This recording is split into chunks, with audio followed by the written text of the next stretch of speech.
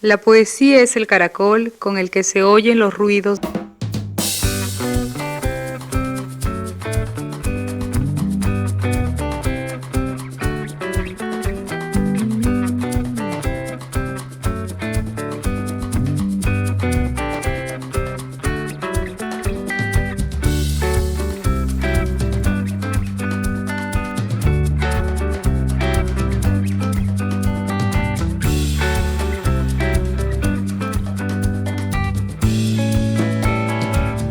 Hoy, Jorge Pimentel.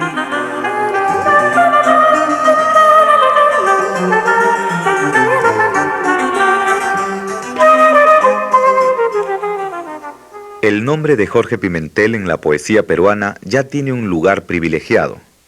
Sin él resulta incompleto el panorama literario nacional durante la década del 70. Esto no es solo por la calidad de su poesía, sino también por la directa responsabilidad que este autor tiene en la agitación cultural de los últimos años. Jorge Pimentel, nacido en Lima en 1946, siempre se caracterizó por su espíritu contestatario y rebelde. La poesía surge en él como un canto de denuncia, como un grito de dolor o como un huracán de esperanza. Jorge Pimentel es el testigo de un proceso social que durante los años 70 transforma al país, y su poesía es el testimonio de una inquietud sincera por profundizar esa transformación. Así, en 1970, publica su primer libro, Quenacor y Valium 10. Pero al mismo tiempo funda junto con otros jóvenes poetas el movimiento Hora Cero. Redacta manifiestos, censuras, convoca a polémicas y a duelos poéticos con autores de generaciones anteriores. Hora Cero siembra el desconcierto en los ambientes literarios oficiales de la época. Luchando contra todo academicismo, el movimiento Hora Cero termina por condenar y por ser condenado. Jorge Pimentel viaja a España y allí publica su segundo libro, Ave Soul, en 1973. Al año siguiente retorna a Lima, pero es recién en 1976 que reagrupa a los integrantes de Hora Cero.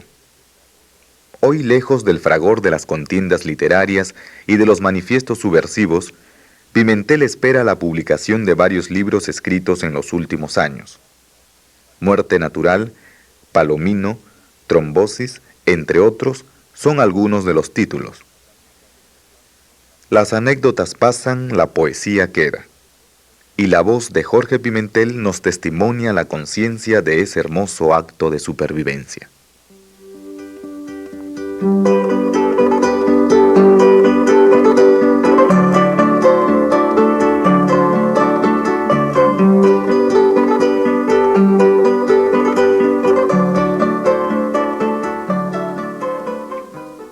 Jorge, ¿por qué escribes poesía? Yo he podido hacer muchas cosas, pero elegí la poesía porque creo que es la única consecuencia que uno puede tener, el hombre puede tener. Y mis inicios en la poesía fueron para cambiar todo un tipo de lenguaje que había, ¿no? en esa época y hasta ahora. Y prácticamente asumí ser diferente, pero diferente ¿en qué sentido? Diferente en cuanto a ubicarme más en la realidad del poema. Cuando vi a mi madre, por ejemplo, que subía los micros o iba a trabajar al Correo Central y no podía yo poner una poesía romántica o una poesía metafísica, tenía que escoger un lenguaje frente a ello. Y mientras los otros poetas escribían, los poetas del 50 y del 60, de Parques, etc., sin objetar tampoco eso, pero creí que la poesía tenía que ser diferente, acorde con todo el estado del tiempo que se vive, ¿no? ¿Piensas que la poesía puede servir para algo? Para mí la poesía no puede servir para otra cosa, sino para evidenciar la descomposición del orden burgués y todas las manifestaciones del poder corrompido. Quienes piensen que el escribir versos suple la ausencia de reivindicaciones humanas se convierten paliativos de la opresión y víctimas de su propia jugada. Quien hace poesía lucha contra el medio, no hay otra alternativa. A partir del 70 y con el movimiento Hora Cero, la poesía no solo deja de ser el clavel en la solapa, el detalle que faltaba, sino que se niega a ser el vehículo de la autoafirmación del orden burgués y la espeluznante evidencia de la alienación. La única forma de participar en una sociedad como esta es con un no rotundo y el esclarecimiento terco e incorruptible. ¿Cómo definirías tú lo que es un poeta? El poeta es el ser más inmediato con la vida, es lo más aproximado a lo verdadero y lo más probablemente humano de todo un siglo de hediondez y aniquilamiento. El hombre construye armas para terminar la vida, el poeta escribe para eternizarla, para hacerla valedera. Dentro de esta concepción de los poetas y de la poesía, ¿qué significa el movimiento Hora Cero para ti? Yo creo que Hora Cero para mí es mi propia supervivencia. Creo que si no existiese Hora Cero, no existiría yo, ni estaría hablando acá. Sería un bancario, cualquier cosa, torero, médico. Pero participo y fundo Hora Cero junto con Juan Ramírez Ruiz para poder dar una vigencia de vida a seres atemorizados frente a la realidad, para poder ser auténticos con nosotros mismos. Y Hora Cero, ¿qué significa para mí? Hora Cero es una revolución de la vida, del lenguaje, es un parachoques contra lo falso y contra lo mediocre de la poesía y de la vida. Hora Cero es el último bastión, creo yo, de dignidad que tiene la poesía. Hablo frente a todos los crímenes que se han cometido en la poesía peruana. Hora Cero creo que debe caminar junto a los poetas jóvenes, porque Hora Cero es negado, porque Hora Cero es despotricado, porque nadie acepta Hora Cero. ¿Y por qué no se acepta Hora Cero? Porque inaugura en la poesía posibilidades, inaugura en la poesía realidades nuevas, no inaugura, sino recoge el lenguaje popular, porque Hora Cero hace que el poeta sea verdaderamente un revolucionario, sea verdaderamente no poeta, pero un hombre, sobre todo que sea un hombre. Y Hora Cero creo que es el último bastión contra la muerte, contra los alienados. Y Hora Cero es la vida misma, el amor mismo, ¿no? Yo creo que es eso. Desde tu punto de vista horaceriano, ¿cómo piensas que se sitúa este movimiento en la literatura peruana? Hora Cero afirma que la literatura es un cuerpo en continua renovación de sus células y que las células nuevas destruyen a las viejas. En ese sentido, Hora Cero afirma que la literatura peruana es un todo que se manifiesta como una unidad de contrarios. Hora Cero afirma que la literatura peruana fue, es y será una lucha entre lo viejo, encarnado por la literatura burguesa por un lado, y lo nuevo, encarnado por la literatura proletaria por otro lado. Esto quiere decir que Hora Cero reconoce una tradición cultural revolucionaria en el Perú, de la que Hora Cero no es más que un resultado cualitativo. Esta tradición comienza con Mariano Melgar, poeta y patriota arequipeño, alzado contra el poder colonial español, que trae un nuevo lenguaje a la poesía peruana, como bien lo reconoció José Carlos Meretti. Este nuevo lenguaje es la sintaxis callejera que la burguesía trata por todos los medios de combatir en sus academias y periódicos, y que no es más que el de nuestro pueblo para oponerse al burgués que lo explota y que nosotros reivindicamos a través de nuestros propios textos. Hora Cero reconoce a Manuel González Prada, uno de los fundadores de la nueva poesía peruana, que escribió: guerra al vetusto lenguaje del clásico, fuera el morboso purismo académico, libre y osado remonte el espíritu, en contra de lo que pregonaban los Clementes Palmas y los Ribagüeros. Hora Cero reconoce en Clorinda Mato de Turner a uno de los momentos más anticlericales que ha tenido nuestro pueblo. Hora Cero reconoce como uno de sus precursores a Abraham Valdelomar, en lucha igualmente contra los academicismos entonces, como nosotros contra los de ahora. Hermano, estoy enfermo de vida solitaria, solo entre tanta gente de idealidad precaria, intermitente espíritu y alma universitaria. Yo me siento morir entre esta horda vana, mi talento es para ellos una flor malsana, los que ahora me condenan me aplaudirán mañana.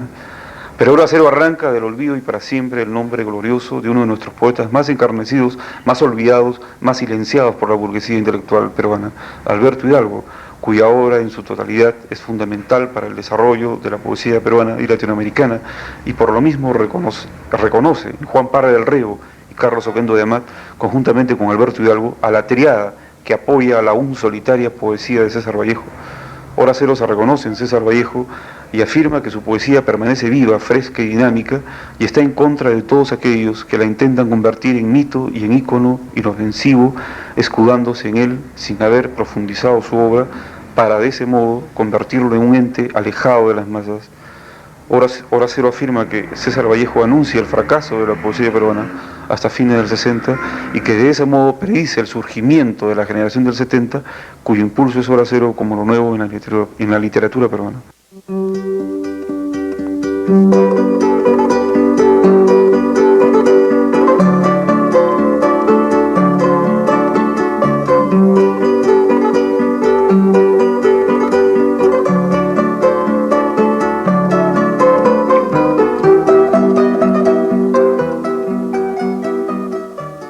Como una muestra de la obra inédita de Jorge Pimentel, escuchemos un fragmento del libro Muerte Natural, escrito a la memoria de su padre. Muerte natural. Ya las sombras habrán teñido tus cabellos y horrorosamente has puesto la otra mejilla a tus acusadores, a los jueces implacables, esos que nunca se equivocan, que no perdonan nada, y no ven que están muertos como tu Padre, cuyo cuerpo constituye aquello por lo que se llora, aquello por lo que se llora, aquello que hemos dado por perdido y que nuestras manos no podrán alcanzar y que nuestras palabras no nos lo restituirán pese al esfuerzo. El mar no fue tu tumba, ni lo fue tampoco el cielo, ni las manchas de peces indican tu sepultura. No hay nubes que den una aproximación a donde estés. El desierto es el espejismo que nos retrata, donde se consuman los últimos intentos por darte una forma. Y son estas palabras un desesperado epitafio por hacerte prevalecer aún dentro del mundo, que ya es remar contra la corriente, dar unos pasos hacia atrás, retroceder en medio del ataque, aunque hagan jirones lo que para otros sean solo trozos de escarcha, un sueño al que me aferro inexplicablemente. Fuiste mío, me diste la vida, el gozo del camino inicial, una sonda por la que transcurría en mis años solo acompañado, escogiendo cada gramo, sopesando mi tiempo, cargando las culpas de otros, los errores y los aciertos. Ese fue solo un alto forzoso del que yo me serví para variar el rumbo y llenarme de sentimientos de los que nunca me arrepentiría.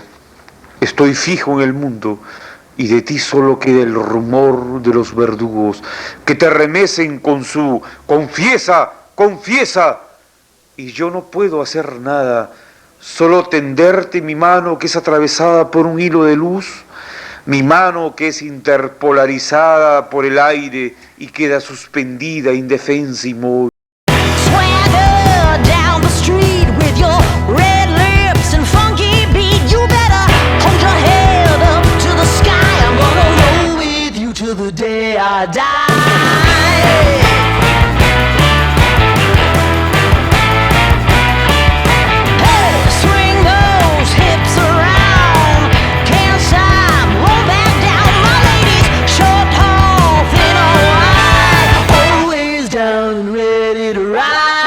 Fue un programa producido por el CETUC,